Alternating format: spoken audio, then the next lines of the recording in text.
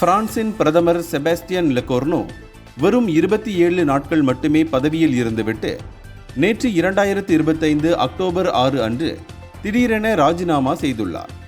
இந்த ராஜினாமா பிரான்ஸ் அரசியலில் பெரும் குழப்பத்தை ஏற்படுத்தியுள்ளது.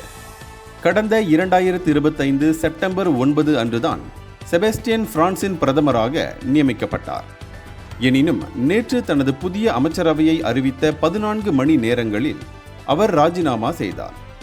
2024ஆம் ஆண்டு ஜனாதிபதி இமானுவேல் மக்ரோனால் நடத்தப்பட்ட திடீர் தேர்தல்களில் எந்த கட்சிக்கும் நாடாளுமன்றத்தில் பெரும்பான்மை கிடைக்காததால் நாடு அரசியல் ரீதியாக முடங்கி போனது.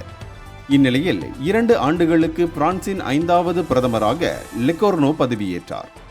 பல்வேறு அரசியல் கட்சிகளும் அவரது அமைச்சரவை மீது நம்பிக்கையில்லா வாக்கெடுப்பு கோரியதுதான் செபாஸ்டியனின் திடீர் ராஜினாமாவுக்கு முக்கிய காரணம் என கூறப்படுகிறது. அரசியலில் சரியான உறுதியற்ற ஒரு நாடாக பிரான்ஸ் அடிக்கடி பிரச்சனைகளை எதிர்கொள்வது அந்த நாட்டின் பொருளாதாரத்தில் பெரும் பாதிப்பை ஏற்படுத்தும் என அங்குள்ள செய்திகள் தெரிவிக்கின்றன. இந்தியர்களின் இதய குரல் மக்களோசை.